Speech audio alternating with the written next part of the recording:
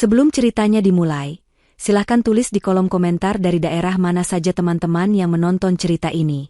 Jangan lupa like dan subscribe agar channel ini bisa semakin berkembang dan bisa mempersembahkan cerita yang lebih menarik lagi. Aroma gurih semur daging yang berpadu dengan wangi pala dan cengkeh menguar lembut di seluruh penjuru dapur. Tasya tersenyum puas sambil mengaduk perlahan kuah kental berwarna coklat pekat itu. Daging sapi pilihan yang ia masak sejak subuh tadi kini sudah begitu empuk, nyaris lumer di ujung sendok kayu. Ini bukan sembarang semur. Ini adalah resep warisan almarhumah Ibu Putra, suaminya. Memasak hidangan ini adalah caranya menunjukkan cinta dan baktinya. Sebuah ritual yang selalu berhasil membuat Putra tersenyum lebar dan memujinya setinggi langit. Hari ini, pujian itu akan terasa lebih istimewa, karena ia akan mengantarkannya langsung ke kantor sebagai kejutan makan siang. Sambil mematikan kompor, tangannya yang bebas bergerak mengelus lembut perutnya yang membuncit. Usia kandungannya sudah memasuki bulan ke-7, dan setiap gerakan kecil dari dalam sana adalah pengingat akan kebahagiaan sempurna yang sedang ia rasakan. Ia memiliki segalanya. Suami yang tampan, sukses, dan penuh perhatian. Keluarga yang harmonis. Dan sebentar lagi, seorang putri kecil akan melengkapi dunianya. Dengan sangat hati-hati, Tasya mulai menata makanan ke dalam kotak bekal modern berwarna gading. Nasi putih hangat ia cetak rapi, lalu semur daging ia letakkan di kompartemen terbesar. Tidak lupa ia tambahkan tumis buncis dengan udang, dan beberapa potong tempe goreng renyah kesukaan Putra. Sebagai sentuhan terakhir, ia menyelipkan beberapa buah stroberi segar yang merah ranum. Tahu betul suaminya menyukai rasa manis asam sebagai pencuci mulut. Semua terlihat sempurna. Sebuah miniatur dari cinta dan perhatian yang ia curahkan setiap hari. Ia membayangkan wajah terkejut Putra saat melihatnya muncul di ambang pintu ruangannya. Putra pasti akan memeluknya, mencium keningnya, dan berterima kasih dengan suara rendahnya yang khas. Mungkin ia akan sedikit mengomelinya karena nekat datang sendiri dengan perut besar, tapi omelan itu akan penuh dengan nada khawatir yang justru membuat Tasya merasa semakin dicintai. Putra adalah dunianya. Pria itu, yang ia temui di sebuah acara amal 5 tahun lalu, telah mengubah hidupnya. Putra yang saat itu baru merintis karir di perusahaan ayahnya, menunjukkan ambisi dan kecerdasan yang memukau. Ayahnya pun melihat potensi itu. Dalam waktu singkat, Putra melesat, bukan karena statusnya sebagai calon menantu pemilik perusahaan, melainkan murni karena kinerjanya yang brilian. Kini, di usianya yang baru menginjak 32 tahun, Putra telah menduduki kursi direktur, menjadi menantu emas kebanggaan keluarga. Ayahnya bahkan sering berkata bahwa ia lebih tenang mewariskan tahta perusahaannya pada Putra ketimbang pada orang lain. Setelah memastikan semuanya siap, Tasya menyambar kunci mobilnya. Perjalanan menuju pusat kota terasa menyenangkan. Lagu-lagu cinta klasik mengalun lembut dari pengeras suara mobil, menemaninya membelah jalanan yang mulai padat. Ia melirik kotak bekal di kursi penumpang sebelahnya dan kembali tersenyum. Sebuah kebahagiaan sederhana yang terasa begitu melimpah. Gedung Geraha Kencana, kantor pusat perusahaan ayahnya, menjulang gagah di hadapannya. Ia memarkirkan mobilnya di area parkir khusus direksi, sebuah fasilitas yang ia dapatkan sebagai istri Putra. Saat melangkah masuk ke lobi yang megah dengan lantai marmer berkilauan, beberapa karyawan yang berpapasan dengannya menyapa dengan sopan dan hormat. "Selamat siang, Bu Tasya." Mereka semua mengenalnya sebagai putri pemilik perusahaan dan istri dari direktur muda yang mereka kagumi. Tasya membalas setiap sapaan dengan senyum ramah, merasa bangga menjadi bagian dari semua ini, menjadi pendukung terbesar kesuksesan suaminya. Lift membawanya langsung ke lantai 25, lantai khusus bagi para petinggi perusahaan. Suasananya lebih senyap dan eksklusif. Karpet tebal meredam suara langkah kakinya saat ia berjalan menyusuri koridor yang lengang menuju ruangan Putra di ujung. Jantungnya berdebar sedikit lebih kencang, sebuah antisipasi yang menyenangkan. Pintu ruangan Putra yang terbuat dari kayu jati kokoh itu sedikit terbuka. Aneh, biasanya selalu tertutup rapat jika Putra sedang fokus bekerja. Tasya hendak mengetuk, namun sebuah suara dari dalam membuatnya mengurungkan niat. Itu suara tawa seorang wanita. Tawa yang manja dan sedikit melengking, suara yang terasa asing. Tasya mengerutkan kening. Mungkin Putra sedang menerima tamu atau klien penting. Ia memutuskan untuk menunggu sejenak, tidak ingin mengganggu. Ia mendekatkan telinganya sedikit ke celah pintu, mencoba menangkap pembicaraan mereka. Suara wanita itu terdengar lagi, kali ini lebih jelas. "Sebentar lagi juga perusahaan bodoh ini jadi milik kita. Kalau perlu, mertuamu kita singkirkan pelan-pelan." Jantung Tasya serasa berhenti berdetak. Mertua? Maksudnya ayahnya? Siapa wanita ini? Tubuhnya mendadak kaku, dan hawa dingin mulai merayap di punggungnya. Lalu, suara berat yang begitu ia kenal menjawab, suara suaminya. Fokus dulu menyingkirkan anak manja di perut istriku itu, baru kita urus si tua bangka. Dunia Tasya runtuh dalam 1 detik. Genggamannya pada kotak bekal melemah. Suara Putra, suaminya yang penuh cinta, pria yang setiap pagi mencium perutnya dan berbicara pada calon bayi mereka, baru saja mengucapkan kalimat paling keji yang pernah ia dengar. Anak manja di perutnya. Si tua bangka. Kata-kata itu berputar-putar di kepalanya seperti racun, membakar setiap kenangan indah yang pernah mereka rajut bersama. Kakinya terasa seperti jeli, gemetar hebat hingga ia harus bersandar pada dinding koridor yang dingin untuk menahan tubuhnya agar tidak ambruk. Napasnya tercekat di tenggorokan, dan rasa sakit yang tajam, lebih sakit dari luka fisik manapun, merobek hatinya hingga berkeping-keping. Waktu seolah berhenti berputar. Hanya ada denging tajam di telinga Tasya dan gema suara Putra yang terus terngiang di kepalanya. Setiap kata adalah belati yang menusuk langsung ke ulu hatinya. Tidak, ini pasti salah dengar. Ini mimpi buruk. Putra yang ia kenal tidak mungkin seperti ini. Putra yang ia cintai tidak mungkin menyebut calon anak mereka sebagai sesuatu yang harus disingkirkan. Atau menyebut ayahnya, pria yang telah memberikan segalanya, sebagai si tua bangka. Tubuhnya gemetar hebat. Namun sebuah kekuatan aneh mendorongnya untuk mencari kebenaran, untuk melihat dengan mata kepalanya sendiri siapa monster yang bersembunyi di balik topeng suaminya. Dengan tangan yang terasa berat seolah terbuat dari timah, ia mendorong pintu kayu itu hingga terbuka sepenuhnya. Pemandangan di dalam ruangan itu menghantam kesadarannya seperti sebuah godam. Di sana, di atas meja kerja yang seharusnya penuh dengan dokumen-dokumen penting, duduk seorang wanita yang ia kenal sebagai Salsa, manajer pemasaran yang beberapa kali ia temui di acara perusahaan. Salsa mengenakan gaun merah ketat yang memeluk tubuhnya, dan ia sedang duduk di pangkuan Putra. Tangan Putra melingkar erat di pinggang Salsa, sementara wanita itu mengalungkan lengannya di leher suaminya. Mereka tidak sedang berciuman, tapi wajah mereka begitu dekat, saling berbisik dan tertawa mesra. Di atas meja, beberapa berkas berserakan, dan gelas wine yang isinya tinggal setengah berdiri di samping mereka. Melihat pintu terbuka, keduanya menoleh dengan ekspresi terkejut. Namun, keterkejutan di wajah Putra dengan cepat berubah menjadi kekesalan, sementara di wajah Salsa, terlintas senyum kemenangan yang tipis dan penuh cemooh. Tasya berdiri membeku di ambang pintu, matanya terpaku pada pemandangan di hadapannya. Kotak bekal yang ia pegang erat kini terasa seperti beban yang konyol. Kejutan makan siang. Betapa naifnya dia. Tasya, sedang apa kau di sini? Suara Putra terdengar dingin dan tajam, tanpa sedikit pun nada penyesalan. Suara itu menyadarkan Tasya dari kelumpuhannya. Rasa sakit di hatinya kini bercampur dengan amarah yang membara. Tanpa berpikir panjang, ia melangkah masuk. Apa yang sedang kalian lakukan, Putra? Desisnya, suaranya bergetar menahan tangis dan murka. Putra berdecak lidah, dengan santai ia menurunkan Salsa dari pangkuannya. Seperti yang kau lihat. Apa tidak jelas? Jawabnya enteng, seolah Tasya baru saja memergokinya mengambil kue dari toples, bukan berselingkuh di ruang kantor milik ayahnya. Hati Tasya semakin hancur.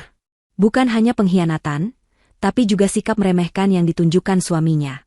Matanya kini beralih pada Salsa, yang berdiri dengan angkuh sambil merapikan gaunnya. Wanita inilah yang ingin menyingkirkan bayinya. Wanita inilah yang menyebut ayahnya tua bangka. Amarah mengalahkan akal sehatnya. Kau perempuan tidak tahu malu, teriak Tasya. Genggamannya pada kotak bekal terlepas. Benda itu jatuh dengan suara dentuman yang keras di atas karpet tebal. Tutupnya terbuka dan semua makanan yang telah ia siapkan dengan penuh cinta tumpah berhamburan. Nasi, semur, tumis buncis, semuanya menjadi pemandangan yang menyedihkan, simbol dari pernikahannya yang kini hancur berantakan. Ia menerjang maju, tangannya terangkat, berniat menampar wajah angkuh Salsa. Namun, Salsa ternyata lebih gesit. Ia mengelak dengan mudah, lalu dengan gerakan yang tidak terduga dan penuh kekejian, ia mendorong tubuh Tasya yang sedang tidak seimbang. Tasya terhuyung mundur. Sebelum ia sempat mendapatkan kembali pijakannya, sebuah tendangan keras mendarat telak di perutnya.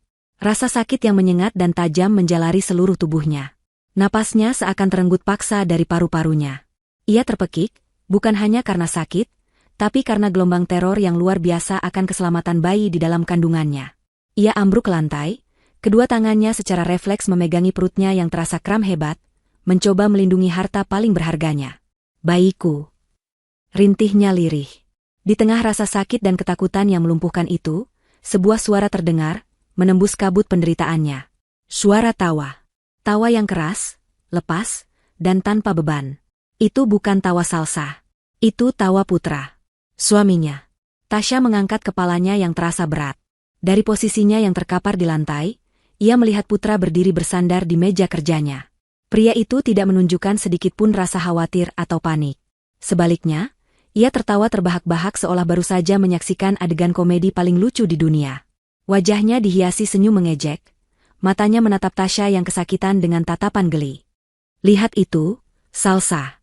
Drama sekali, bukan? Baru disentuh sedikit saja sudah seperti itu, katanya di sela tawanya. Tawa itu lebih menyakitkan dari tendangan Salsa. Tawa itu adalah penegasan bahwa ia tidak berarti apa-apa. Bayi mereka tidak berarti apa-apa. Semua cinta, semua pengorbanan, semua kenangan, hanyalah lelucon bagi pria itu. Di saat itulah, semua cinta yang pernah Tasya miliki untuk Putra mati seketika, terkubur di bawah puing-puing kepercayaan dan digantikan oleh kebencian yang dingin dan membeku. Saat ia meringkuk kesakitan di lantai, ditertawakan oleh suaminya sendiri, sebuah sumpah terucap dalam hatinya. Sumpah yang sunyi namun menggelegar. Tawa ini, tawa kalian berdua, aku akan pastikan kalian akan membayarnya. Aku akan mengubahnya menjadi jeritan, menjadi tangisan penyesalan yang akan menghantui sisa hidup kalian. Pintu ruangan tiba-tiba terbuka. Seorang office boy bernama Budi, yang sering membawakan kopi untuk Putra, berdiri di sana dengan wajah pucat pasi, nampan di tangannya bergetar hebat melihat pemandangan di hadapannya. Ibu Tasya, serunya panik, segera menjatuhkan nampannya dan berlari menghampiri. Kehadiran Budi seolah menyadarkan Putra dan Salsa dari tontonan mereka. Wajah Putra berubah tegang. Namun bagi Tasya, kehadiran saksi mata itu adalah percikan api pertama dalam rencananya yang baru saja terbentuk di tengah lautan rasa sakitnya. Teriakan panik Budi, si office boy, memecah keheningan yang mencekam di ruangan itu. Kehadirannya yang tiba-tiba seolah menyetrum Putra dan Salsa, membuyarkan kepuasan keji mereka. Wajah Putra yang tadinya dihiasi tawa mengejek kini berubah pias dan tegang. Ia sadar betul arti kehadiran seorang saksi mata. Dia hanya terpeleset. Budi, lantainya licin. Tidak perlu sepanik itu, kata Putra cepat, suaranya berusaha terdengar tenang namun gagal menyembunyikan getar kegugupan. Ia melangkah maju, seolah hendak membantu Tasya berdiri, mencoba mengambil alih kendali narasi atas kejadian mengerikan itu. Namun Tasya, yang masih meringkuk di lantai sambil menahan gelombang rasa sakit di perutnya, menemukan sisa-sisa kekuatannya. Ia menatap langsung ke mata Budi yang dipenuhi ketakutan dan kebingungan.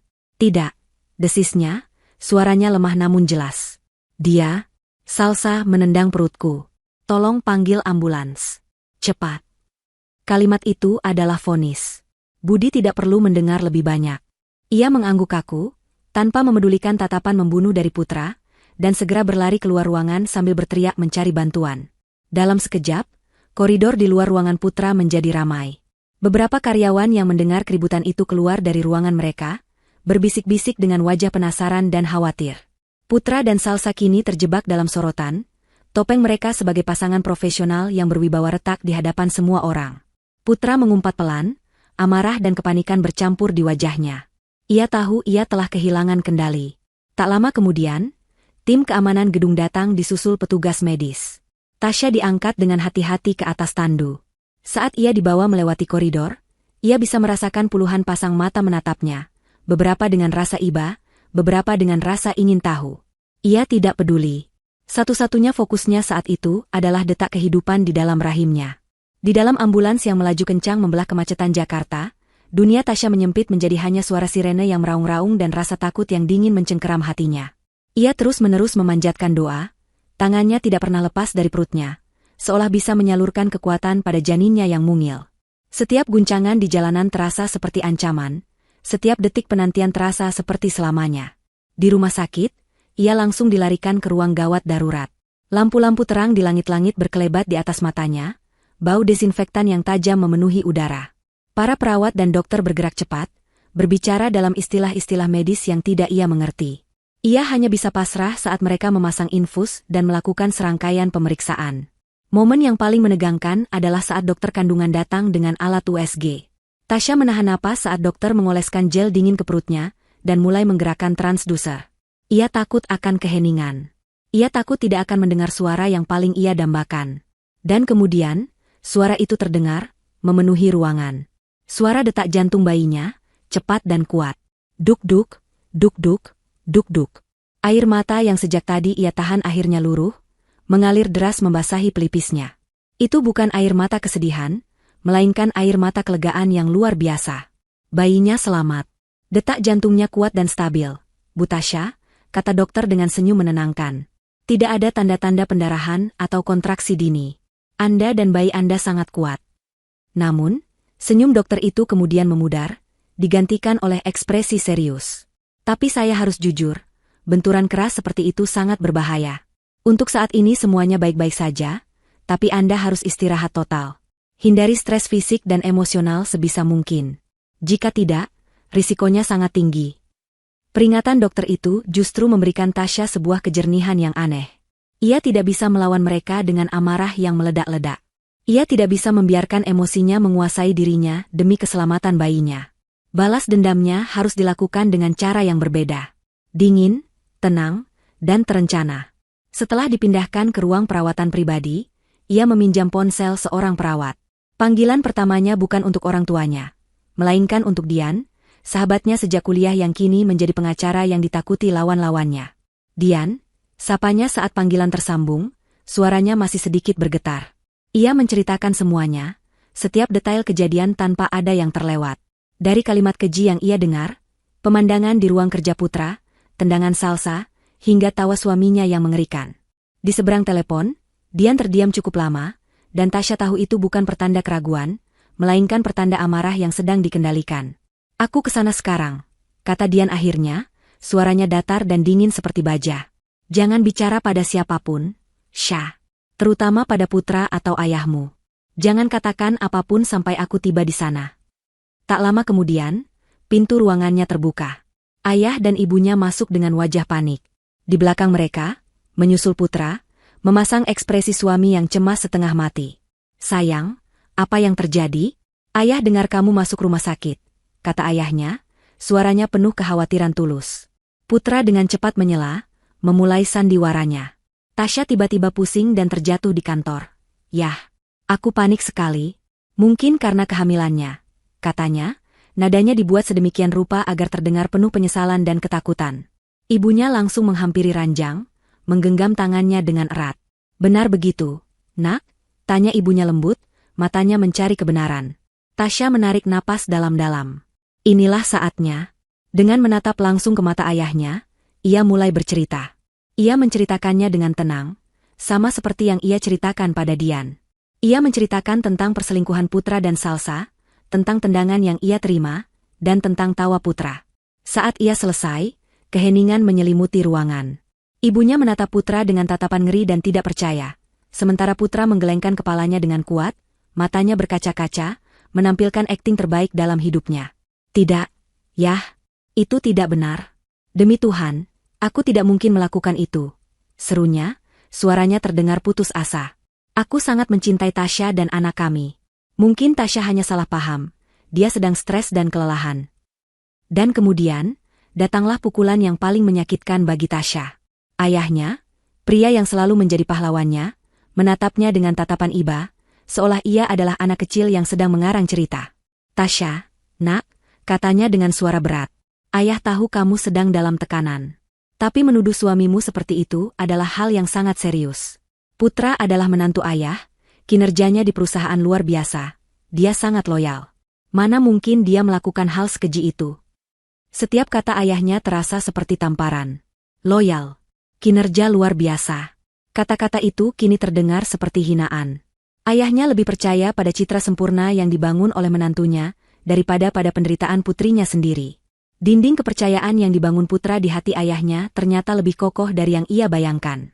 Ayah, aku melihatnya dengan mata kepalaku sendiri, bisik Tasya, suaranya nyaris hilang. Istirahatlah, kata ayahnya sambil menepuk pundaknya, menghindari tatapannya. Jangan berprasangka buruk pada suamimu. Nanti kita bicarakan lagi kalau kamu sudah tenang. Ayahnya kemudian berbalik dan menepuk bahu Putra, sebuah gestur dukungan yang menghancurkan sisa hati Tasya. Saat ayah dan ibunya meninggalkan ruangan, menyisakan dirinya berdua dengan si pembohong, Tasya menatap kosong ke dinding putih di hadapannya.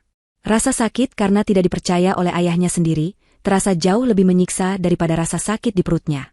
Saat itulah sumpahnya menjadi lebih kuat. lebih tajam. Ini bukan lagi hanya tentang balas dendam pada Putra dan Salsa. Ini adalah tentang meruntuhkan dinding itu. Saat pintu kembali terbuka dan Dian masuk dengan wajah mengeras, Tasya menatap sahabatnya dengan mata yang kini kering dan dingin. Dalam hatinya ia berbisik, "Baik, Ayah. Jika kata-kataku tidak cukup, maka aku akan sajikan bukti yang akan meruntuhkan benteng itu hingga ke fondasinya. Mereka tidak akan tahu apa yang akan menghantam mereka," kata Dian, suaranya rendah dan penuh keyakinan. Ia duduk di kursi di samping ranjang rumah sakit Tasya, matanya yang tajam memancarkan kecerdasan dan kemarahan yang terkendali. Ruangan itu telah kosong. Putra dipaksa pulang oleh ibu Tasya yang mulai curiga, sementara sang ayah kembali ke kantor dengan pikiran kalut. Kini, hanya ada mereka berdua, dua sahabat yang siap merencanakan sebuah perang. Tasya, yang kini telah diselimuti oleh ketenangan yang dingin, mengangguk. "Ayahku buta, Dian." Dia dibutakan oleh angka-angka dan laporan kinerja Putra yang cemerlang. "Dia tidak akan percaya hanya dengan air mataku." Dian menyilangkan tangannya di dada. "Tepat. Ayahmu berpikir dengan logika bisnis, dengan data dan fakta. Jadi kita tidak bisa melawannya dengan drama emosional. Kita harus memberinya bukti yang tidak bisa ia sangkal dalam bahasanya sendiri, bukti pengkhianatan terhadap perusahaannya." Strategi mereka mulai terbentuk di tengah keheningan kamar perawatan itu. Tujuannya bukan hanya satu, melainkan tiga. Pertama dan yang paling utama, memastikan keselamatan Tasya dan bayinya. Kedua, menghancurkan Putra dan Salsa hingga mereka tidak punya apa-apa lagi. Dan ketiga, yang tidak kalah penting, menyajikan kebenaran di hadapan ayah Tasya dalam sebuah piringan perak yang begitu gamblang, hingga ia tidak punya pilihan selain mengakuinya. Setelah 2 hari dirawat, Tasya akhirnya diizinkan pulang dengan syarat ia harus beristirahat total. Kepulangannya ke rumah megah yang ia bagi bersama Putra terasa seperti memasuki wilayah musuh. Setiap sudut rumah, setiap bingkai foto yang menampilkan senyum bahagia mereka, kini terasa seperti sebuah ejekan. Putra menyambutnya di pintu, memainkan perannya sebagai suami yang setia dengan sempurna. Ia membawakan tasnya, memapahnya berjalan, dan menyiapkannya minuman hangat. Semua dilakukan dengan tatapan penuh perhatian palsu. Tasya pun memainkan perannya. Ia bersikap lemah, sedikit rapuh, dan seolah-olah mulai mempercayai versi cerita Putra bahwa ia hanya kelelahan dan salah paham. Ia membiarkan Putra merawatnya, sambil di dalam hatinya ia merasakan gelombang rasa jijik yang luar biasa. Malam itu, saat Putra sudah tertidur lelap di sampingnya, dengkuran halusnya terdengar seperti suara monster. Tasya diam-diam bangkit dari tempat tidur. Ia bergerak tanpa suara menuju ruang kerja Putra di lantai bawah. Ini adalah langkah pertama. Jantungnya berdebar kencang, bukan karena takut, tapi karena adrenalin. Atas instruksi Dian, ia harus mendapatkan akses ke benteng digital Putra, laptop dan ponselnya. Sesuai dugaan Dian, kata sandi laptop Putra adalah kombinasi dari tanggal ulang tahun Tasya dan tanggal pernikahan mereka. Ironi yang begitu menyakitkan. Dengan tangan yang sedikit gemetar, ia menyalakan laptop itu dan segera menghubungkannya ke sebuah perangkat lunak yang telah disiapkan oleh tim IT kepercayaan Dian. Di kamarnya sendiri, melalui panggilan video yang terenkripsi, Dian dan seorang ahli digital memandunya langkah demi langkah. "Oke, Syah. Kita masuk. Sekarang kita buat salinan dari seluruh hard drive-nya. Ini akan butuh waktu," bisik suara Dian dari earphone yang dikenakan Tasya. Sambil menunggu proses penyalinan data, mereka mulai melakukan penelusuran awal. Hal pertama yang mereka temukan adalah folder-folder yang berisi bukti perselingkuhan mereka. Ratusan foto mesra Putra dan Salsa di berbagai tempat, dari restoran mewah hingga resor di pulau pribadi. Ada juga rekaman percakapan mereka yang penuh dengan kata-kata mesum dan rencana-rencana masa depan mereka setelah menyingkirkan Tasya. Tasya memaksa dirinya untuk melihat dan membaca semuanya, membiarkan setiap kata dan gambar menjadi bahan bakar bagi apinya yang mulai menyala. Ini adalah penegasan yang ia butuhkan, pengingat mengapa ia harus melakukan ini. Namun, bukti perselingkuhan hanyalah puncak dari gunung es. Dian mengarahkannya ke folder-folder kerja yang tampaknya normal. Di sanalah mereka menemukan kebusukan yang sesungguhnya. Laporan-laporan proyek yang anggarannya digelembungkan secara tidak wajar. Faktur-faktur dari perusahaan pemasok fiktif yang ternyata alamatnya terdaftar atas nama kerabat jauh Salsa. Aliran dana jutaan dolar yang dialihkan ke rekening-rekening di luar negeri. Putra dan Salsa tidak hanya berselingkuh. Mereka secara sistematis merampok perusahaan ayah Tasya dari dalam. Mereka adalah parasit yang menggerogoti inangnya hingga kering. "Ya Tuhan," bisik Tasya, matanya terpaku pada sebuah spreadsheet yang merinci aliran dana gelap itu. Ayah mempercayainya dengan semua ini. Tim Itdian kemudian berhasil membobol sebuah folder yang terenkripsi dengan tingkat keamanan tinggi. Di dalamnya hanya ada satu dokumen. Namanya, Proyek Mahkota. Jantung Tasya berdebar semakin kencang saat ia membukanya. Dokumen itu bukanlah berisi data keuangan, melainkan sebuah proposal strategis yang dingin dan mengerikan. Isinya adalah rencana kudeta korporat langkah demi langkah untuk merebut kendali perusahaan dari tangan ayahnya. Tasya membaca setiap barisnya dengan napas tertahan. Rencana itu begitu detail dan keji. Fase pertama, sabotase beberapa proyek vital untuk menciptakan citra bahwa kepemimpinan ayah Tasya sudah melemah dan tidak lagi relevan. Fase kedua, menggunakan pesona dan posisi Salsa untuk membangun aliansi dengan para manajer kunci dan anggota dewan yang bisa dipengaruhi. Fase ketiga, di tengah krisis yang mereka ciptakan, Putra akan maju sebagai sosok penyelamat, menawarkan solusi brilian dan visi baru, sehingga dewan direksi tidak punya pilihan selain menunjuknya sebagai CEO baru. Ada juga catatan kecil di bagian akhir dokumen itu, dalam tulisan Putra yang sangat ia kenali. Setelah aku memegang kendali penuh, si tua bangka bisa kita pensiunkan secara permanen. Dan istrinya yang manja itu, kita pastikan dia tidak akan mendapatkan sepeser pun. Malam itu, di ruang kerja yang gelap, diterangi hanya oleh cahaya dari layar laptop, Tasya tidak lagi merasakan sakit hati. Air matanya sudah kering. Yang tersisa hanyalah kemarahan yang membeku menjadi sebuah tujuan yang jernih. Ia kini memegang di tangannya, bukan hanya bukti perselingkuhan atau penggelapan dana. Ia memegang bukti pengkhianatan paling puncak, sebuah rencana untuk menghancurkan pria yang telah memberikan Putra segalanya. Topeng sempurna sang menantu emas telah ia retakkan, dan kini, ia memegang palu godam untuk menghancurkannya hingga menjadi debu. Ia menyimpan salinan semua data itu ke dalam sebuah hard drive terenkripsi, lalu menutup laptop dan menghapus semua jejaknya. Saat ia kembali ke kamar tidur dan melihat wajah Putra yang tertidur pulas, wajah yang pernah ia cintai sepenuh hati, ia tidak lagi melihat seorang suami. Ia melihat target. Pagi harinya, suasana di meja makan terasa aneh dan mencekam. Udara dipenuhi oleh kebenaran yang tidak terucap, sebuah jurang yang menganga di antara Tasya dan Putra. Putra, yang sama sekali tidak menyadari bahwa benteng pertahanannya telah dibobol tadi malam, masih melanjutkan sandiwaranya. Ia meletakkan segelas muti hijau di hadapan Tasya, tersenyum dengan senyum yang dulu selalu berhasil meluluhkan hati Tasya, namun kini hanya membuatnya mual. Untukmu dan jagoan kita.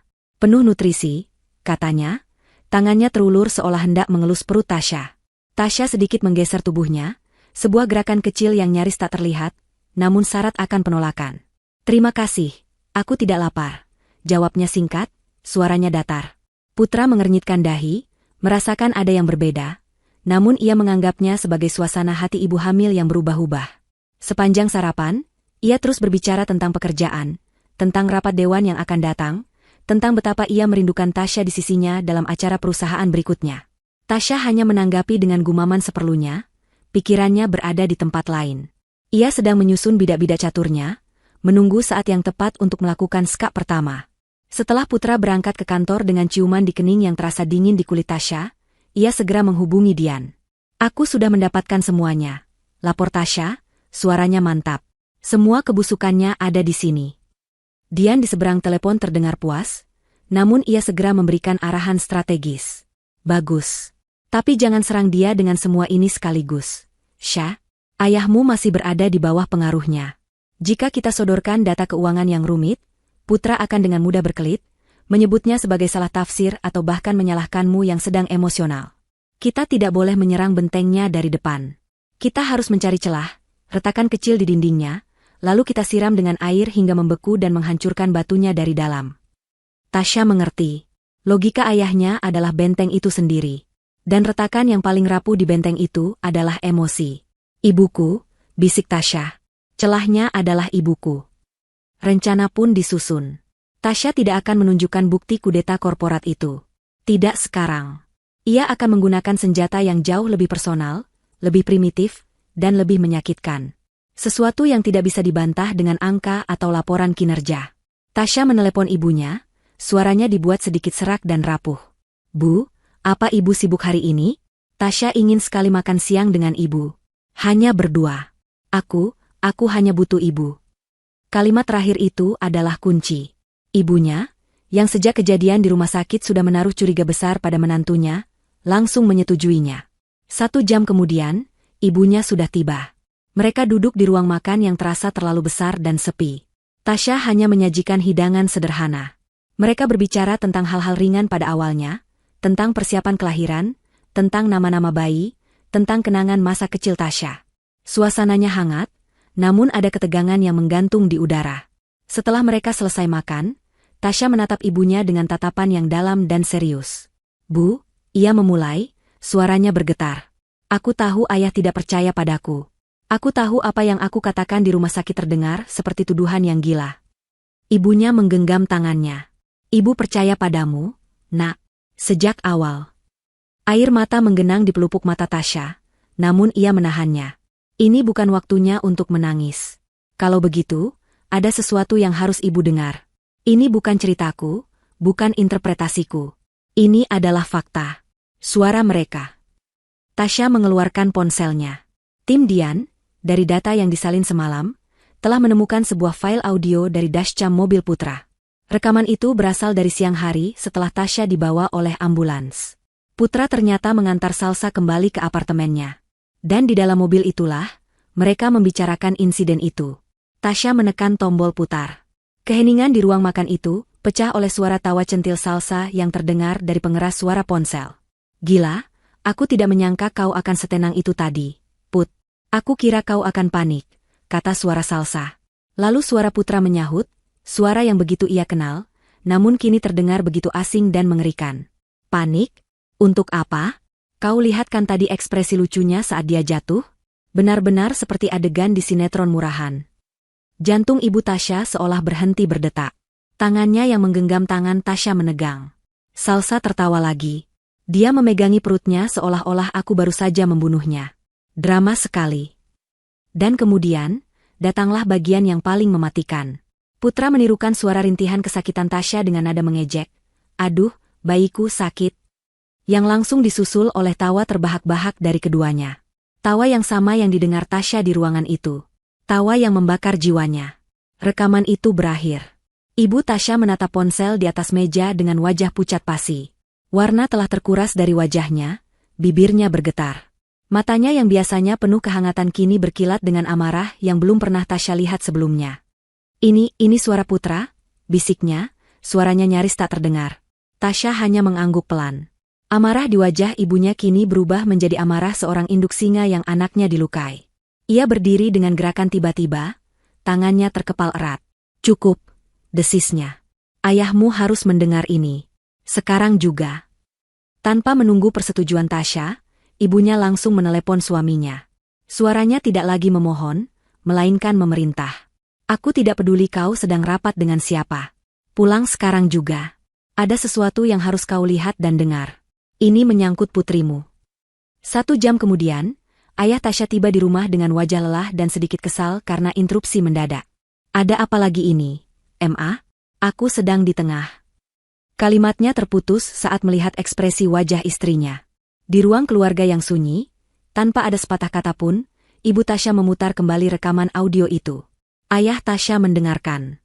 Ekspresi kesal di wajahnya perlahan menghilang, digantikan oleh kebingungan, lalu keterkejutan, dan akhirnya berubah menjadi topeng kemarahan yang kaku. Rahangnya mengeras, urat di pelipisnya menonjol. Ia mendengarkan suara menantu kepercayaannya menertawakan penderitaan putrinya. Ia mendengarkan tawa mereka yang merendahkan cucu yang belum lahir. Saat rekaman itu selesai, ia tidak mengatakan apa-apa. Ia hanya menatap kosong ke depan. Logika bisnisnya, laporan kinerjanya, semua itu tidak ada artinya di hadapan bukti kekejian yang begitu nyata. Dinding itu belum runtuh, tapi retakan pertama telah tercipta. Retakan yang besar dan dalam. "Pak, cukup," kata ibu Tasya, suaranya bergetar karena amarah. "Lupakan kinerjanya. Lupakan semua angkanya. Dengarkan suara penderitaan putrimu." Keheningan yang menyelimuti ruang keluarga setelah rekaman itu diputar terasa berat dan menyesakan. Ayah Tasya duduk terpaku di sofa. Wajahnya yang biasanya tegas dan penuh kendali kini menampilkan pergulatan batin yang hebat. Ia tidak mengucapkan sepatah kata pun. Ia hanya bangkit, berjalan keluar rumah, dan pergi dengan mobilnya tanpa pamit. Tasya tahu, ayahnya sedang terguncang. Pondasi kepercayaannya pada Putra telah retak hingga ke dasarnya. Namun ia butuh waktu untuk menerima kenyataan pahit bahwa ia telah salah menilai seseorang begitu parah. Kepergian ayahnya dalam diam itu adalah sinyal bagi Tasya dan Dian. Inilah saat yang tepat untuk melancarkan serangan gelombang kedua. Saat musuh sedang bingung dan pertahanan internalnya goyah, serangan dari luar akan terasa jauh lebih efektif. Malam itu, Tasya dan Dian kembali terhubung melalui panggilan aman. "Ayahmu sedang dalam posisi rentan," kata Dian. "Sekarang kita buat Putra dan Salsa merasakan tekanan yang sama dari luar. Kita akan menghancurkan citra publik mereka, sepotong demi sepotong." Strategi mereka bukanlah konfrontasi langsung. Itu terlalu kasar dan bisa memberi celah bagi Putra untuk melakukan pembelaan diri. Mereka akan menggunakan metode yang lebih halus namun jauh lebih mematikan di era digital. Badai di media sosial. Tim Dian telah menyiapkan segalanya. Mereka menghubungi sebuah akun gosip anonim di Instagram yang terkenal memiliki jutaan pengikut dan reputasi sebagai pembocor skandal di kalangan elit Jakarta. Akun ini dikenal karena kemampuannya menyajikan cerita blind item tanpa nama, namun dengan detail yang sangat spesifik hingga orang-orang yang berada di lingkaran yang sama bisa langsung menebak siapa pelakunya. Narasi yang telah ditulis oleh tim Dian sangatlah kuat. Judulnya provokatif, Kisah dari Menara Gading, saat tawa sang pangeran terdengar di atas air mata istrinya yang hamil tua. Ceritanya mengalir dengan detail yang akurat.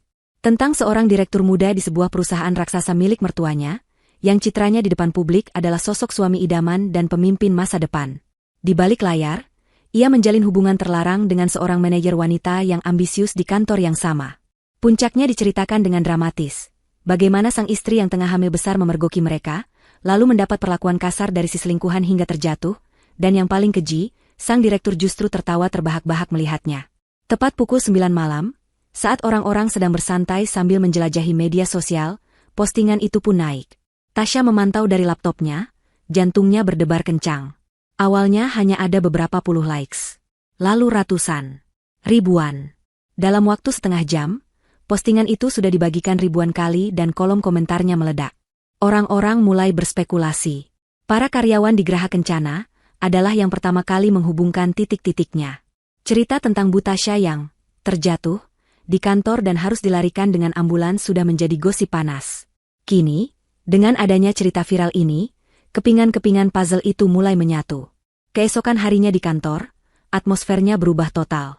Putra dan Salsa, yang awalnya tidak menyadari badai yang sedang menerpa mereka, mulai merasakan perbedaannya. Saat Putra masuk ruang makan eksekutif untuk mengambil kopi, semua percakapan yang tadinya riuh mendadak berhenti. Semua mata tertuju padanya, beberapa dengan tatapan ingin tahu, beberapa lagi dengan tatapan sinis yang tidak disembunyikan. Salsa mengalami hal yang lebih buruk. Beberapa rekan kerja wanita yang dulu ramah padanya kini terang-terangan menghindarinya, berbisik-bisik saat ia lewat. Tekanan psikologis mulai mencekik mereka. Lalu, Dian melancarkan serangan gelombang berikutnya. Sesuai rencana, timnya telah menemukan korban Salsa di masa lalu. Seorang wanita yang rumah tangganya juga hancur karena ulah Salsa beberapa tahun sebelumnya. Dengan menggunakan akun anonim, wanita itu menulis sebuah komentar panjang di postingan gosip tersebut. "Saya tahu siapa wanita yang dimaksud dalam cerita ini. Dia bukan hanya selingkuhan, dia adalah predator. Dia juga menghancurkan keluarga saya, mendekati suami saya dengan cara yang licik saat saya baru saja melahirkan. Apa yang dialami oleh istri di cerita ini, saya turut merasakannya. Semoga kali ini dia mendapatkan karmanya." Komentar itu menjadi pemicu ledakan yang lebih besar. Publik kini tidak hanya marah pada sang direktur, tapi juga pada si selingkuhan yang ternyata adalah seorang pemain kambuhan. Citra Salsa sebagai manajer cantik dan cerdas kini luntur, digantikan oleh cap pelakor spesialis. Kepanikan mulai melanda Putra dan Salsa. Sore itu mereka bertemu secara diam-diam di parkiran basement. "Ini pasti ulah Tasya," desis Salsa, wajahnya pucat. "Tenang," balas Putra, meski suaranya terdengar tegang. "Dia tidak punya bukti apa-apa. Ini hanya gosip. Selama kita tetap tenang, badai ini akan berlalu." Namun mereka salah. Badai itu justru menciptakan sebuah peluang tak terduga bagi Tasya. Di tengah keresahan yang melanda perusahaan, seorang wanita parubaya dari Departemen HRD, Bu Indah, mulai merasa ada yang tidak beres. Bu Indah adalah salah satu karyawan paling senior dan sangat loyal kepada ayah Tasya. Ia sudah bekerja di perusahaan itu sejak sebelum Tasya lahir. Ia selalu merasa ada yang aneh dengan meroketnya karir Putra dan sikap angkuh Salsa.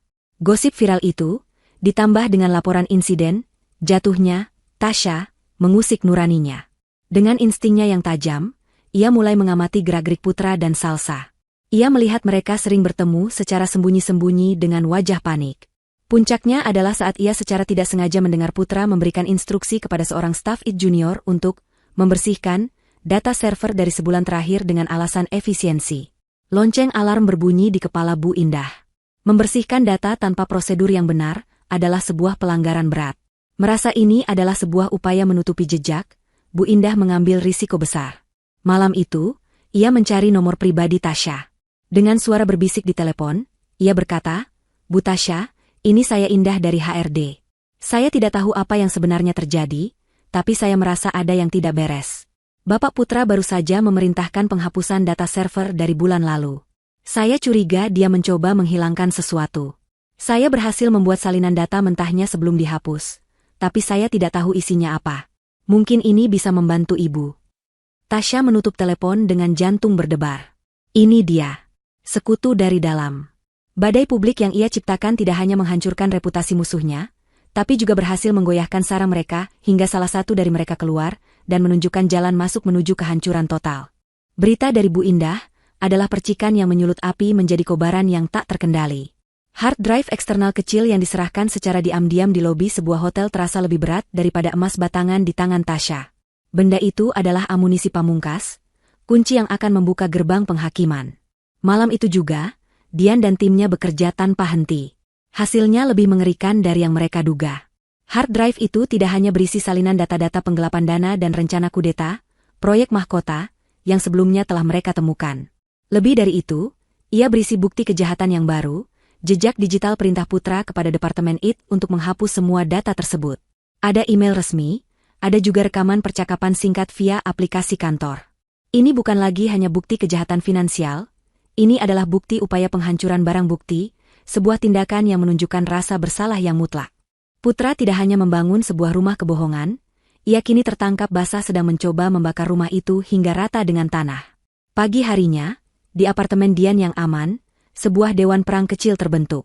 Tasya, Dian, dan Ibu Tasya duduk mengelilingi meja kopi yang kini dipenuhi oleh dokumen-dokumen yang dicetak rapi. Wajah Ibu Tasya mengeras saat Dian menjelaskan temuan baru itu. Dia panik, kata Dian, suaranya tajam. Serangan media sosial kita berhasil membuatnya keluar dari sarangnya dan melakukan kesalahan fatal. Sekarang kita punya semuanya, Syah. Bukti pengkhianatan pribadi dari rekaman dashcam. Bukti pengkhianatan korporat dari rencana kudeta dan data keuangan. Dan yang terakhir, bukti niat kriminal untuk menutupi jejak. Tidak ada lagi celah baginya untuk berkelit. Tasya menatap tumpukan kertas di hadapannya. Setiap lembar adalah representasi dari kebohongan dan kekejian Putra. Ia menarik napas dalam-dalam, merasakan ketenangan yang aneh menyelimuti dirinya. Waktunya untuk bersembunyi dan bermain peran telah usai. Aku akan menemuinya hari ini, kata Tasya. Suaranya terdengar begitu mantap hingga ibunya dan Dian menatapnya dengan sedikit terkejut. Aku akan menemui ayah. Di singgasananya. Di kantornya. Ini harus diakhiri di tempat semuanya dimulai. Tasya mengambil ponselnya dan menelepon ayahnya. Tidak ada lagi nada manja atau rapuh dalam suaranya. Yang ada hanyalah ketegasan seorang putri yang datang untuk menuntut keadilan. Ayah, aku akan ke kantor siang ini. Ada hal yang sangat penting yang harus kita bicarakan, dan ayah harus melihatnya sendiri. Ini menyangkut masa depan perusahaan dan kehormatan keluarga kita. Aku akan datang bersama Dian. Ada jeda sejenak di seberang telepon. Ayahnya, yang mungkin masih bergulat dengan keraguannya, bisa merasakan finalitas dalam nada bicara Tasya. Baiklah, jawabnya singkat, suaranya terdengar berat. Ruanganku akan terbuka untuk kalian. Perjalanan menuju Geraha Kencana kali ini terasa sangat berbeda. Jika dulu ia datang sebagai istri naif yang membawa bekal makan siang, kini ia datang sebagai seorang eksekutor.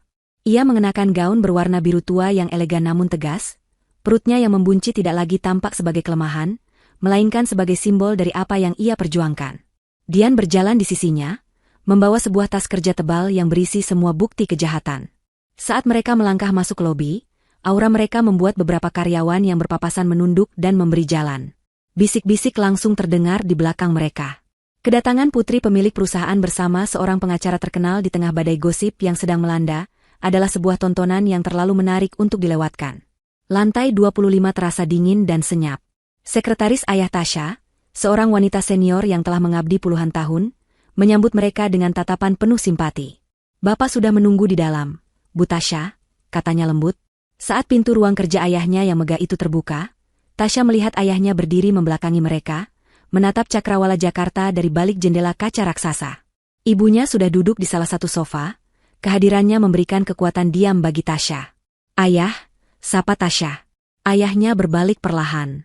Wajahnya tampak lelah, matanya menunjukkan pergulatan hebat yang telah ia lalui selama 2 hari terakhir. Ia mengangguk pada Dian, lalu menatap putrinya.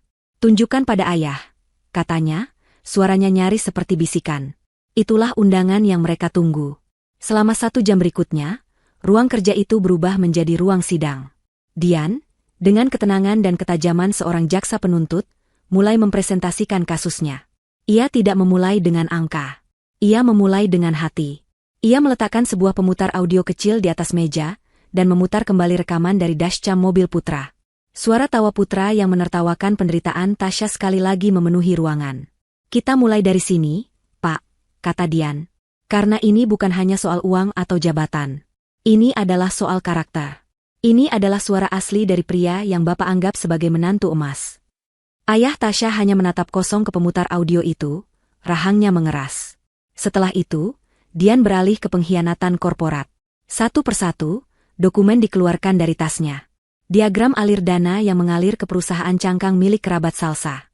Salinan faktur-faktur palsu. Dan yang paling telak, cetakan lengkap dari dokumen, proyek mahkota.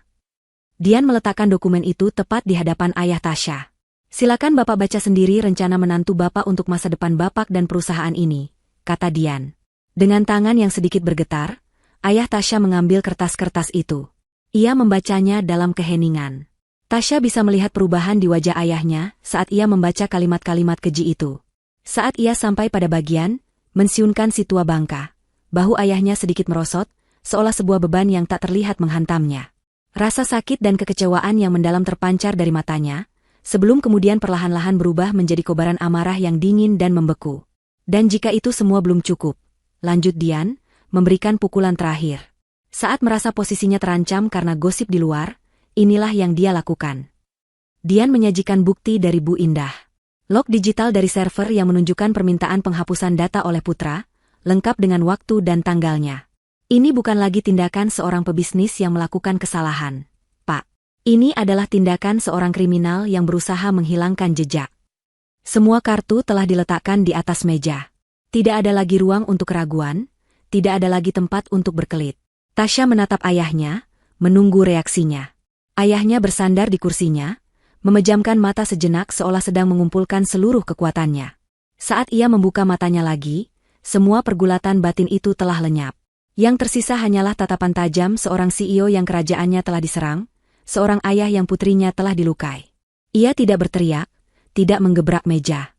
Kemarahannya termanifestasi dalam ketenangan yang menakutkan. Ia mengangkat gagang telepon di mejanya, menekan satu tombol interkom yang terhubung langsung dengan sekretarisnya. Suaranya terdengar datar, dingin, dan penuh dengan otoritas yang tak terbantahkan. "Tolong panggil Tuan Putra dan Nona Salsa untuk datang ke ruangan saya. Sekarang juga." Klik. Panggilan itu berakhir. Penghakiman akan segera dimulai. Beberapa menit penantian terasa seperti 1 jam yang panjang. Keheningan di dalam ruang kerja CEO begitu pekat, hingga suara jarum jam di dinding terdengar seperti dentuman. Tasya duduk dengan punggung tegak, tangannya digenggam erat oleh ibunya. Ia tidak merasa gugup, hanya ada perasaan lega yang aneh, seolah beban berat yang ia pikul selama ini akan segera terangkat. Dian berdiri diam di dekat jendela, seperti seorang jenderal yang mengamati medan perang setelah serangan artilerinya berhasil. Ayah Tasya tetap dalam posisinya, menatap pintu dengan ekspresi yang tak terbaca, wajahnya sekeras batu pualam. Akhirnya, terdengar ketukan pelan di pintu, disusul dengan masuknya Putra dan Salsa. Mereka berjalan masuk dengan ekspresi yang merupakan campuran antara rasa ingin tahu dan kegelisahan. Melihat kehadiran Tasya, ibunya, dan seorang wanita asing yang tampak seperti pengacara, wajah mereka langsung menegang. Putra, dengan sisa-sisa arogansinya, mencoba mengambil inisiatif. "Ayah, ada apa ini? Kenapa Tasya dan pengacaranya ada di sini? Apa ini ada hubungannya dengan gosip tidak berdasar itu?" tanyanya, berusaha terdengar seperti korban yang bingung. Salsa berdiri sedikit di belakangnya, wajahnya pucat, matanya melirik liar ke tumpukan dokumen di atas meja. Ayah Tasya tidak menjawab pertanyaannya.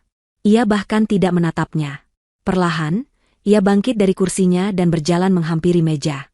Dengan gerakan yang lambat dan disengaja, ia menunjuk ke arah tumpukan kertas itu dengan dagunya. "Lihat ini, Putra," katanya, suaranya rendah namun menggema di seluruh ruangan. Putra melangkah ragu mendekati meja.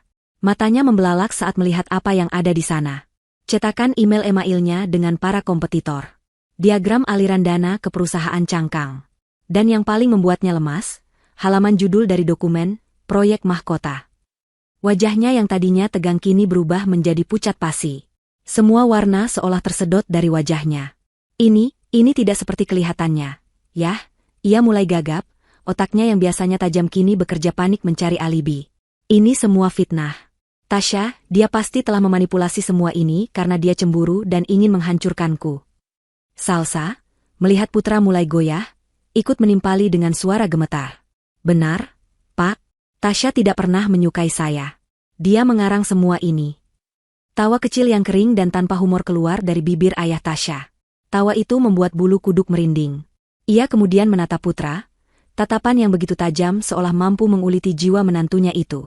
"Aku membawamu masuk ke dalam keluargaku, Putra," ia memulai, suaranya masih tenang namun setiap katanya mengandung beban yang berat.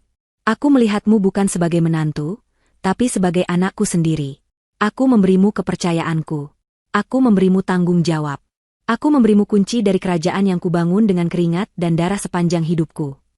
Ia berhenti sejenak, membiarkan kata-katanya meresap. "Dan kau membalasnya dengan menusukku dari belakang. Kau merampok perusahaanku dari dalam, bersekongkol dengan musuh-musuhku. Kau berencana untuk menyingkirkanku." Ia kemudian mengalihkan tatapannya yang sedingin es kepada Salsa. "Dan kau," desisnya penuh hina. "Kau adalah penyakit yang membantunya menyebarkan racun." Ia kembali menatap Putra.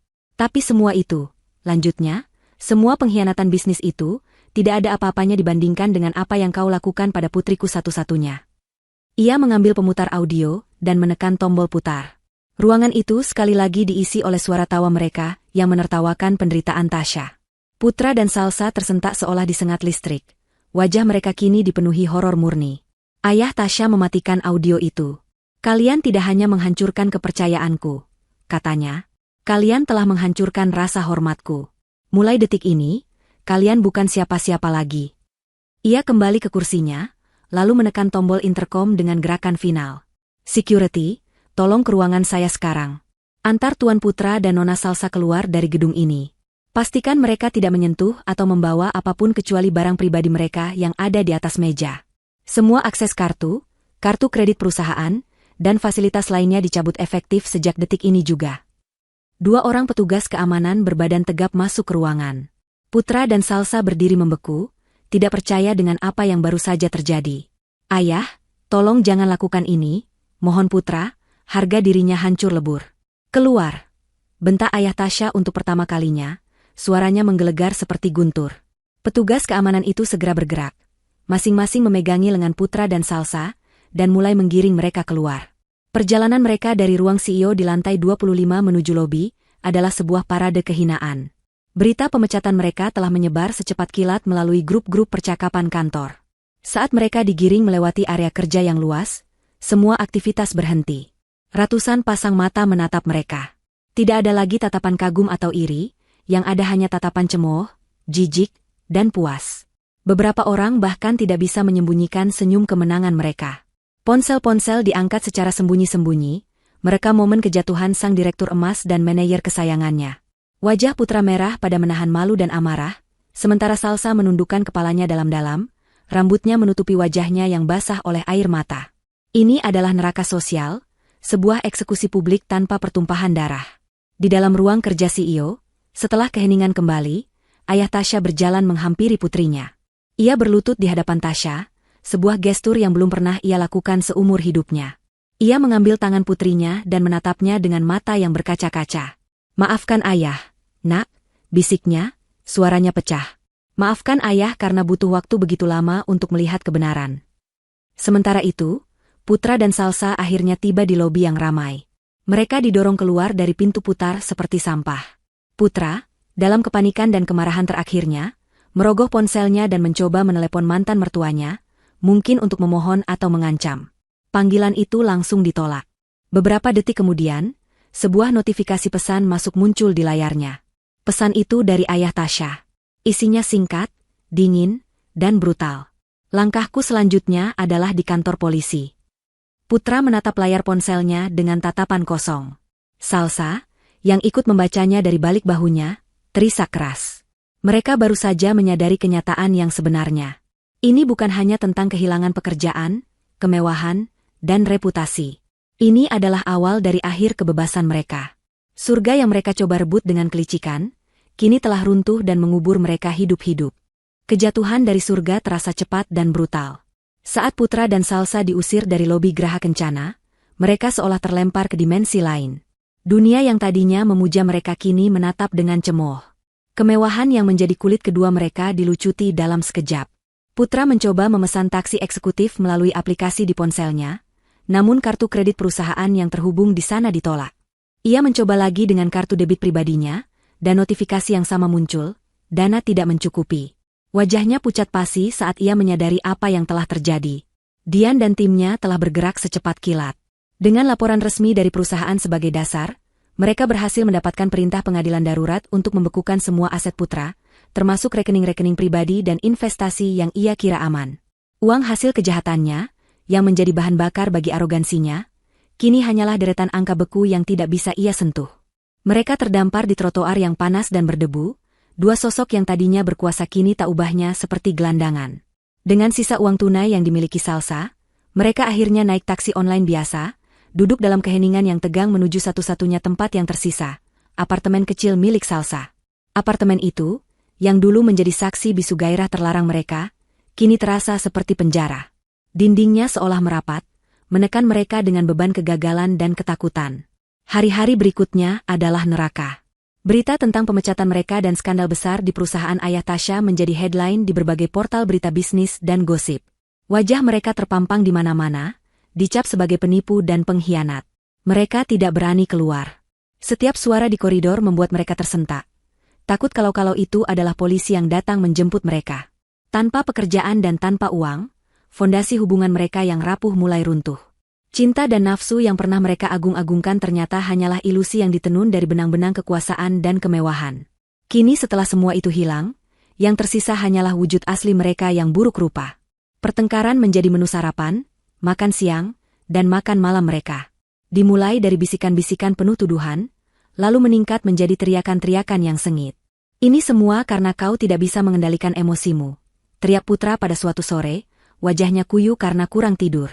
Kalau saja kau tidak menendang Tasya di depan saksi mata, kita masih punya waktu untuk menutupi semuanya. Salsa, yang sedang mondar-mandir di ruang tamu sempit itu seperti harimau dalam kandang, berbalik dengan mata menyala-nyala.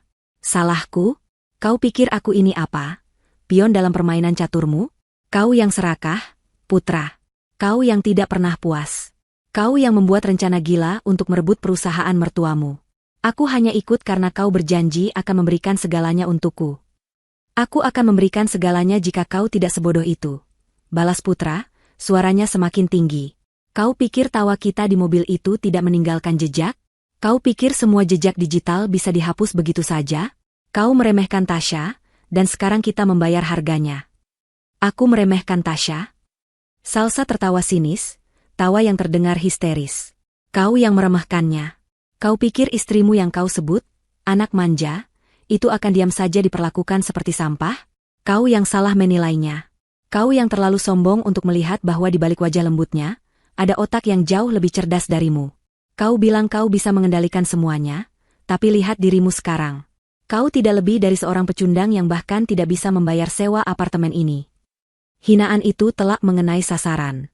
Putra, yang harga dirinya sudah tercabik-cabik, menerjang Salsa. Mereka bergumul, saling mendorong dan berteriak, melupakan semua kemesraan yang pernah ada. Di tengah kekacauan itu, suara ketukan keras di pintu depan menghentikan mereka. Bukan ketukan biasa, melainkan gedoran yang tegas dan berwibawa. Keduanya membeku, mata mereka bertemu dalam ketakutan yang sama. Polisi. Surat panggilan resmi dari kepolisian atas laporan ayah Tasya dan Tasya telah tiba beberapa hari sebelumnya, namun mereka abaikan.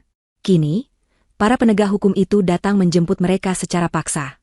Pintu didobrak terbuka. Beberapa petugas berseragam masuk, membacakan hak-hak mereka dengan suara yang lantang dan tanpa emosi. Putra dan Salsa bahkan tidak punya tenaga lagi untuk melawan. Mereka pasrah saat tangan mereka diborgol di belakang punggung. Saat mereka digiring keluar menyusuri koridor apartemen, beberapa tetangga membuka pintu, menatap mereka dengan penasaran sambil merekam dengan ponsel. Parade kehinaan mereka berlanjut, kali ini disaksikan oleh orang-orang biasa yang dulu mungkin hanya bisa memimpikan kehidupan seperti yang pernah mereka jalani. Di rumah barunya yang tenang, Tasya sedang duduk di kursi goyang di dalam kamar bayi yang sudah ia siapkan. Warna-warna pastel yang lembut dan aroma bedak bayi memenuhi ruangan. Ia tidak sengaja melihat cuplikan berita di televisi yang menyiarkan penangkapan Putra dan Salsa. Ia melihat wajah mereka yang kuyu, pakaian mereka yang kusut, dan tatapan mata mereka yang kosong saat dimasukkan ke dalam mobil polisi. Tidak ada perasaan kemenangan atau kepuasan yang meluap-luap di dalam hatinya. Yang ada hanyalah perasaan lega yang dalam, seolah sebuah bab yang kelam dan menyakitkan dalam buku hidupnya akhirnya benar-benar ditutup. Ia tidak lagi membuang energinya untuk membenci mereka. Mereka sudah tidak penting. Ia mematikan televisi, lalu mengalihkan perhatiannya pada hal yang jauh lebih berharga. Tangannya dengan lembut mengelus sebuah boks bayi yang indah di sampingnya, senyum tulus pertama setelah sekian lama terukir di bibirnya. Ia tidak lagi melihat ke belakang, pada kehancuran musuh-musuhnya. Ia kini menatap ke depan, pada kehidupan baru yang akan segera ia sambut. 6 bulan berlalu. Musim telah berganti, membawa serta udara yang lebih segar dan langit yang lebih cerah. Di sebuah rumah yang asri di kawasan yang tenang, jauh dari hiruk-pikuk pusat kota, kehidupan baru telah dimulai. Tasya kini telah menjadi seorang ibu. Ia melahirkan seorang bayi perempuan yang sehat dan cantik, yang ia beri nama Aurora, seindah fajar yang menyingsing. Rumah besar peninggalan pernikahannya dengan Putra telah ia jual. Sebagai gantinya, ia membeli rumah yang lebih kecil namun terasa jauh lebih hangat dan penuh cinta. Dindingnya dicat putih gading, tamannya dipenuhi bunga-bunga berwarna-warni, dan setiap sudutnya diisi oleh cahaya matahari pagi. Di rumah inilah, tangis dan tawa bayinya menjadi musik terindah yang mengisi hari-harinya. Proses hukum Putra dan Salsa berjalan tanpa drama.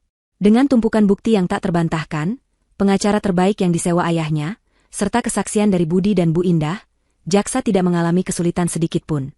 Vonis akhir pun jatuh. Putra dinyatakan bersalah atas semua dakwaan, penipuan, penggelapan dana, dan spionase korporat.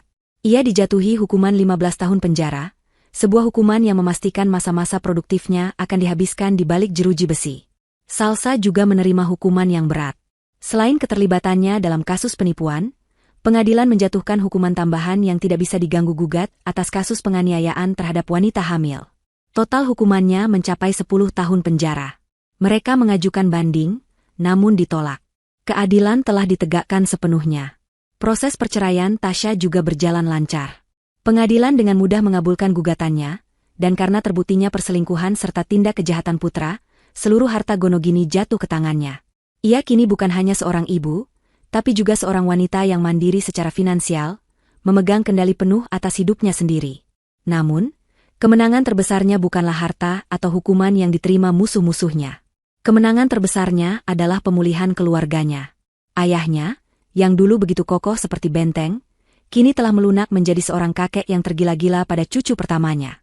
Hampir setiap sore ia datang berkunjung, meninggalkan jas dan dasi CEO-nya di mobil, dan berganti peran menjadi kakek yang rela merangkak di lantai dan membuat suara-suara aneh hanya untuk melihat Aurora tertawa. Suatu sore, saat mereka sedang duduk di teras belakang sambil memandangi Aurora yang tertidur pulas di kereta dorongnya, ayahnya menatap Tasya dengan tatapan penuh penyesalan dan kebanggaan. "Maafkan ayah, nak," katanya tulus. Ayah terlalu fokus pada angka dan grafik, sampai lupa untuk melihat hati. "Kau jauh lebih kuat dan lebih bijaksana dariku. Kau yang telah menyelamatkan perusahaan ini. Kau yang telah menyelamatkan keluarga kita." Tasya tersenyum dan menggenggam tangan ayahnya. "Kita yang menyematkannya bersama-sama, yah." Ikatan mereka yang sempat retak kini telah tersambung kembali, lebih kuat dan lebih jujur dari sebelumnya. Tasya tidak lantas berdiam diri menikmati kekayaannya. Tragedi yang menimpanya justru membangkitkan sebuah tujuan baru dalam dirinya. Dengan dukungan penuh dari ayahnya, ia mengambil alih divisi Corporate Social Responsibility, CSR, perusahaan dan merombaknya total. Ia meluncurkan sebuah yayasan baru di bawah naungan perusahaan, sebuah yayasan yang berfokus untuk memberikan bantuan hukum dan perlindungan bagi perempuan dan anak-anak korban kekerasan dalam rumah tangga. Ia ingin memastikan tidak ada lagi wanita di luar sana yang merasa sendirian dan tidak berdaya seperti yang pernah ia rasakan. Ia menemukan gairah baru, bukan dalam mengejar keuntungan, melainkan dalam memberikan harapan. Suatu pagi yang cerah, saat embun masih berkilauan di atas kelopak bunga di tamannya, Tasya berdiri sambil menggendong Aurora. Bayi mungil itu, yang kini sudah bisa tertawa lepas, tiba-tiba mengeluarkan suara tawa yang jernih dan merdu saat melihat seekor kupu-kupu terbang melintas. He! Suara itu, begitu murni dan penuh kebahagiaan, meresap ke dalam relung jiwa Tasya. Pada saat itu juga, sebuah keajaiban terjadi. Gema ingatan akan tawa keji putra yang selama ini terkadang masih menghantuinya di saat-saat hening, kini lenyap. Sirna selamanya, terhapus bersih, digantikan oleh suara tawa putrinya yang berharga. Tawa jahat itu telah kehilangan kekuatannya. Tasya memejamkan mata, menghirup udara pagi yang segar. Ia merasa bebas. Ia telah memenangkan perangnya, bukan saat musuhnya dihukum, tetapi saat ini, saat ia berhasil menemukan kedamaian dan kebahagiaan yang sejati dari dalam dirinya sendiri. Ia menatap matahari yang baru terbit di ufuk timur, sinarnya yang keemasan menyinari wajahnya dan wajah putrinya. Itu adalah fajar yang baru. Matahari terbit untuknya, dan untuk generasi baru yang ada dalam dekapannya. Kisahnya bukan lagi tentang balas dendam. Kisahnya kini adalah tentang kebangkitan, kekuatan, dan cinta yang mampu menyembuhkan luka paling dalam sekalipun. 5 tahun telah berlalu sejak hari di mana dunia Tasya runtuh di lantai marmer sebuah ruang direktur. 5 tahun adalah waktu yang lama, cukup untuk menyembuhkan luka yang paling dalam, menumbuhkan tunas baru di atas tanah yang hangus, dan membangun kembali sebuah istana di atas puing-puing pengkhianatan. Malam ini, di aula sebuah hotel bintang 5 yang megah, ratusan pasang mata menatap ke arah panggung. Di sana, di bawah sorotan lampu yang hangat, berdiri seorang wanita yang memancarkan aura ketenangan, kekuatan, dan keanggunan. Wanita itu adalah Tasya. Ia tidak lagi menyandang nama belakang putra. Ia adalah Tasya, pendiri sekaligus ketua, Yayasan Aurora Pagi, sebuah organisasi nirlaba yang kini menjadi salah satu yang paling berpengaruh di negeri ini, dalam memberikan perlindungan dan bantuan hukum bagi korban kekerasan dalam rumah tangga.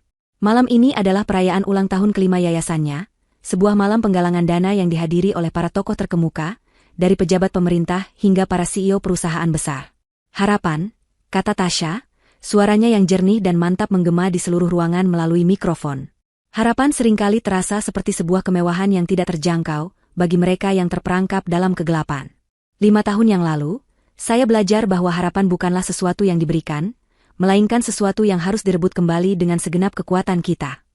Ia berhenti sejenak, matanya menyapu para hadirin. Yayasan Aurora Pagi lahir dari sebuah keyakinan sederhana, bahwa setiap fajar baru membawa serta janji akan hari yang lebih baik. Bahwa tidak ada malam yang begitu kelam, hingga mampu mencegah matahari terbit. Selama 5 tahun ini, kita telah membantu ribuan perempuan dan anak-anak menemukan fajar mereka kembali. Kita memberikan mereka tempat berlindung yang aman, pendampingan hukum untuk merebut keadilan, dan konseling untuk menyembuhkan jiwa mereka. Di barisan paling depan, seorang gadis kecil berusia 5 tahun dengan gaun berwarna biru langit bertepuk tangan dengan antusias. Matanya yang besar dan cerdas menatap ibunya di atas panggung dengan penuh kekaguman. Dia adalah Aurora, alasan di balik nama yayasan itu, dan sumber kekuatan terbesar bagi Tasya. Di sampingnya, duduk ayah dan ibu Tasya, wajah mereka berseri-seri penuh kebanggaan. Ayahnya bukan lagi seorang CEO yang kaku, melainkan seorang kakek yang hatinya telah dilembutkan oleh cinta untuk cucunya. Setelah pidato yang disambut tepuk tangan meriah itu selesai, Tasya turun dari panggung dan langsung disambut oleh pelukan hangat Dian. Sahabatnya itu kini menjadi anggota Dewan Pengawas yayasannya. Pidato yang luar biasa, Syah, bisik Dian. Kau membuatku nyaris menangis. Tasya tersenyum. Kau tahu aku tidak akan bisa melakukan semua ini tanpamu. Saat acara makan malam dimulai, Dian menarik Tasya ke sudut yang lebih tenang. Ia menyerahkan sebuah amplop coklat tipis. Ini laporan terakhir dari tim investigasi yang kuminta untuk tetap mengawasi mereka, kata Dian lembut, nadanya hati-hati. Aku hanya ingin kau tahu, agar kau bisa benar-benar tenang. Tasya ragu sejenak, lalu membukanya. Di dalamnya ada 2 lembar laporan singkat dan sebuah foto. Laporan pertama adalah tentang Salsa. Ia masih mendekam di penjara. Permohonan pembebasan bersyaratnya ditolak mentah-mentah tahun lalu, karena perilakunya yang buruk di dalam sel. Ia menjadi sosok yang pahit, terisolasi, dan dilupakan oleh dunia. Namanya kini hanyalah nomor registrasi narapidana, kecantikan dan ambisinya telah luntur dimakan oleh dinding penjara yang dingin. Laporan kedua adalah tentang Putra. Ia telah dibebaskan 3 bulan yang lalu setelah mendapatkan remisi karena berkelakuan baik. Namun, dunia yang menyambutnya di luar bukanlah dunia yang pernah ia kenal. Rekam jejak kriminal membuatnya tidak mungkin mendapatkan pekerjaan kantoran. Namanya masuk dalam daftar hitam di dunia bisnis. Semua teman-temannya yang dulu menjilatnya kini menghindarinya seperti wabah. Ia tidak punya uang, tidak punya keluarga, tidak punya apa-apa. Lalu Tasya melihat foto yang disertakan di dalam amplop itu. Foto itu diambil dari jarak jauh, sedikit buram, namun pesannya sangat jelas. Foto itu menunjukkan seorang pria kurus dengan rambut yang mulai menipis dan pakaian kumal, sedang bekerja di dapur belakang sebuah rumah makan sederhana. Wajahnya tampak jauh lebih tua dari usianya, dipenuhi guratan kelelahan dan keputusasaan. Pria itu adalah Putra. Ia sedang mencuci piring kotor yang menumpuk, tangannya terbenam dalam air sabun yang keruh.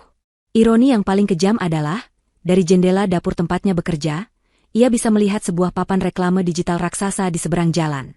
Papan reklame itu menampilkan iklan layanan masyarakat dari Yayasan Aurora Pagi. Di sana, terpampang wajah Tasya yang tersenyum penuh percaya diri, di samping slogan, "Rebut kembali fajar Anda." Mantan istrinya, wanita yang ia anggap lemah dan ia coba hancurkan, kini wajahnya bersinar di atas kota, menjadi simbol harapan bagi ribuan orang. Sementara ia, sang mantan direktur emas, kini hanyalah hantu tak terlihat yang hidup dari sisa-sisa makanan orang lain.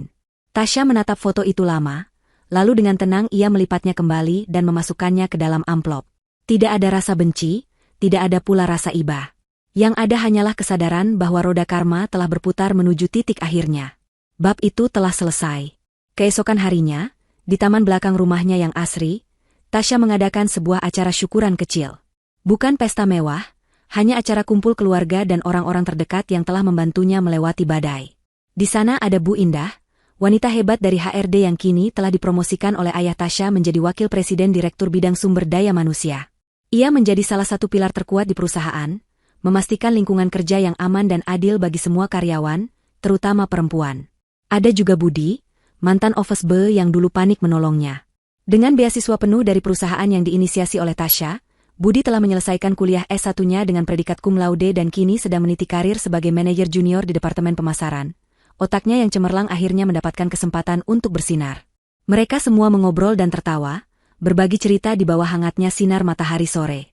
Ayah Tasya sibuk mendorong ayunan untuk Aurora, sementara ibu Tasya dan Dian menyiapkan kue. Suasananya begitu damai, begitu penuh dengan kebahagiaan yang tulus. Tiba-tiba, Aurora berlari ke tengah-tengah mereka dengan wajah serius yang dibuat-buat, meniru gaya ibunya saat berpidato. "Teman-teman," serunya dengan suara melengking khas anak-anak, membuat semua orang berhenti bicara dan menatapnya sambil tersenyum geli. Kenapa ayam kalau berkokok matanya merem? Semua orang saling pandang, mencoba menebak jawaban teka-teki klasik itu. "Kenapa, sayang?" tanya Tasya sambil menahan tawa. Aurora menepuk dadanya dengan bangga. Karena sudah hafal teksnya. Jawabannya yang polos dan tak terduga itu langsung memecah keheningan. Ledakan tawa yang keras dan serempak menggema di seluruh taman. Ayahnya tertawa terbahak-bahak hingga memegangi perutnya. Dian tertawa hingga air matanya keluar. Budi dan Bu Indah tertawa lepas tanpa beban. Dan Tasya, ia tertawa paling keras dari semuanya. Tawa yang murni, yang berasal dari lubuk hatinya yang paling dalam, tawa yang membersihkan sisa-sisa bayangan kelam di masa lalunya. Sambil tertawa, ia menatap wajah-wajah orang yang ia cintai. Ia melihat putrinya yang ceria, orang tuanya yang suportif, sahabatnya yang setia, dan orang-orang baik yang pernah menolongnya. Gema tawa mereka yang hangat dan penuh cinta menyatu di udara sore itu, menciptakan sebuah melodi kebahagiaan yang sempurna. Saat itulah Tasya sadar sepenuhnya. Kemenangan sejatinya bukanlah saat melihat musuhnya jatuh. Kemenangannya adalah suara ini. Suara tawa ini. Suara kehidupan, cinta, dan harapan yang telah ia bangun kembali dengan tangannya sendiri. Gema tawa jahat di masa lalu itu kini tidak lebih dari sekadar bisikan angin yang telah lama berlalu, terkubur selamanya di bawah simfoni kebahagiaan yang baru saja ia ciptakan. Dan di bawah langit senja yang mulai berwarna keemasan, ia terus tertawa. Hatinya ringan, jiwanya damai, siap menyambut ribuan fajar baru yang akan datang.